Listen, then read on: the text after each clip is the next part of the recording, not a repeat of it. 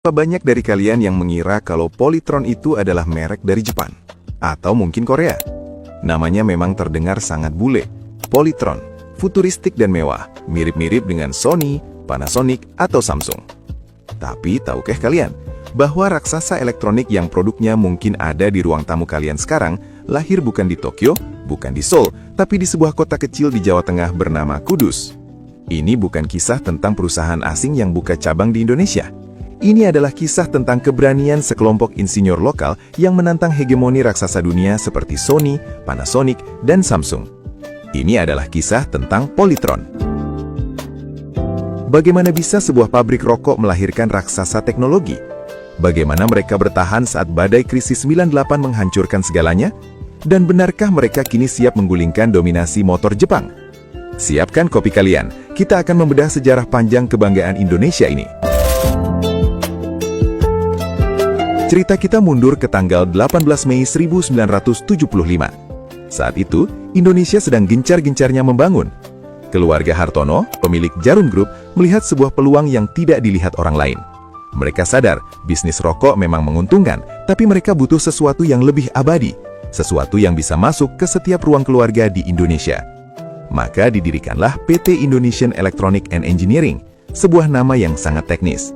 Awalnya ini bukan pabrik besar, ini adalah sebuah proyek idealisme. Robert Budi Hartono dan Michael Bambang Hartono tidak punya latar belakang elektronik, tapi mereka punya modal dan keberanian. Awalnya mereka tidak punya teknologi sendiri, ini adalah fase yang paling sulit.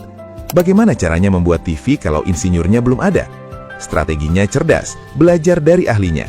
Di tahun 1976, mereka bekerja sama dengan Philips dari Belanda untuk transfer teknologi. Namun ambisi mereka bukan cuma jadi tukang rakit, mereka ingin bikin sendiri. Tahun 1977, nama perusahaan diubah menjadi PT Hartono Istana Elektronik. Dan setahun kemudian, 1978, lahirlah bayi pertama mereka. Filosofi nama brandnya berasal dari dua kata, poly yang artinya banyak, dan tron dari elektronik. Lahirlah nama Polytron. Nama ini sengaja dibuat terdengar asing untuk melawan stigma bahwa barang lokal itu jelek. Harapannya, menciptakan banyak berbagai jenis barang elektronik. Produk komersial pertama mereka adalah televisi hitam putih 20 inci. Saat itu punya TV adalah kemewahan luar biasa, tapi ada satu masalah besar. Orang Indonesia saat itu gengsi. Mereka tidak percaya barang buatan lokal. Mereka memuja produk Jepang seperti Sony atau Sharp. Namun strategi Polytron cerdas. Mereka tidak langsung menyasar orang kaya Jakarta. Mereka menyasar pasar yang membutuhkan TV tahan banting dengan tegangan listrik yang tidak stabil di daerah-daerah. TV Polytron dikenal badak, tahan naik turun voltase. Disinilah kepercayaan mulai tumbuh. Tapi senjata pemusnah massal Polytron bukanlah TV, melainkan audio. Masuk ke era 90-an, inilah masa keemasan Polytron yang membuat mereka melegenda. Jika kalian tumbuh di era ini, kalian pasti ingat satu kata, bazoke. Polytron menyadari satu hal tentang selera orang Indonesia. Kita suka bass, kita suka suara yang jedak-jeduk. Merek Jepang seperti Sony atau Panasonic suaranya jernih atau treble, tapi kurang nendang untuk telinga lokal yang suka dangdut atau pop rock. Polytron meluncurkan lini audio Grand Compo dan Big Band. Teknologi bazoke mereka memanipulasi frekuensi rendah agar terdengar bulat dan menggelegar, bahkan pada volume rendah. Hasilnya, meledak. Polytron menguasai lebih dari 50% pangsa pasar audio di Indonesia. Mereka membantai raksasa global di kandang sendiri hanya karena mereka paham telinga orang Indonesia. Ini adalah kemenangan strategi budaya.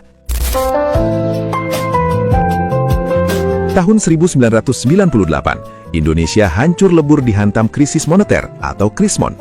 Dolar meroket dari 2.500 jadi 16.000 rupiah. Banyak perusahaan bangkrut, pabrik tutup. Tapi apa yang terjadi pada Polytron? Krisis 98 justru menjadi berkah terselubung bagi Polytron. Kenapa? Karena harga barang elektronik impor, Sony, Samsung, dan LG, harganya jadi gila-gilaan karena kurs dolar. Orang Indonesia nggak mampu beli. Sementara Polytron, karena pabriknya di Kudus dan banyak komponen lokal yang sudah mereka kembangkan sendiri, mereka bisa menahan harga. Orang Indonesia yang butuh hiburan di tengah krisis, akhirnya lari ke Polytron.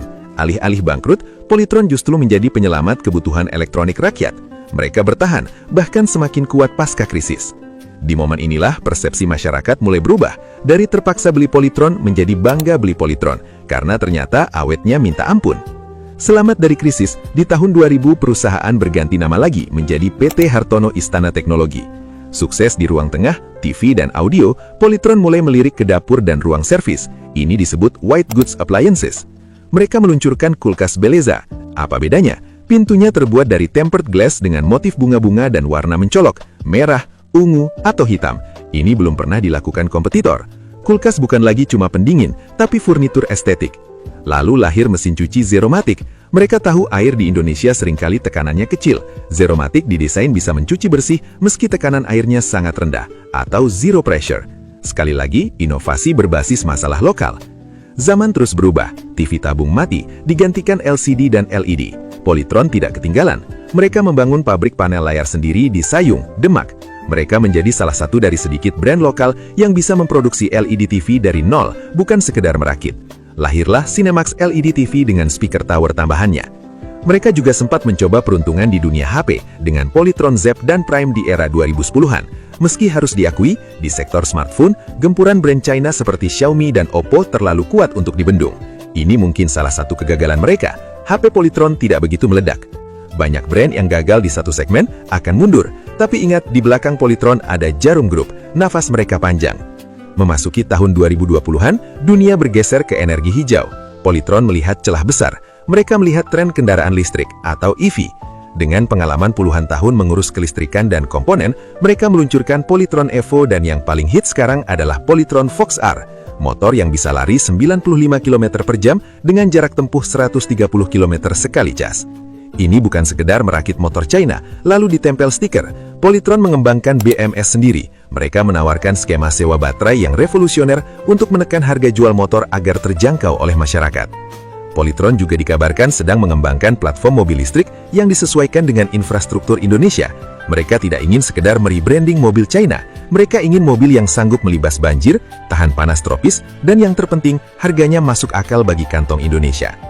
Kisah Polytron adalah bukti nyata ketangguhan industri nasional.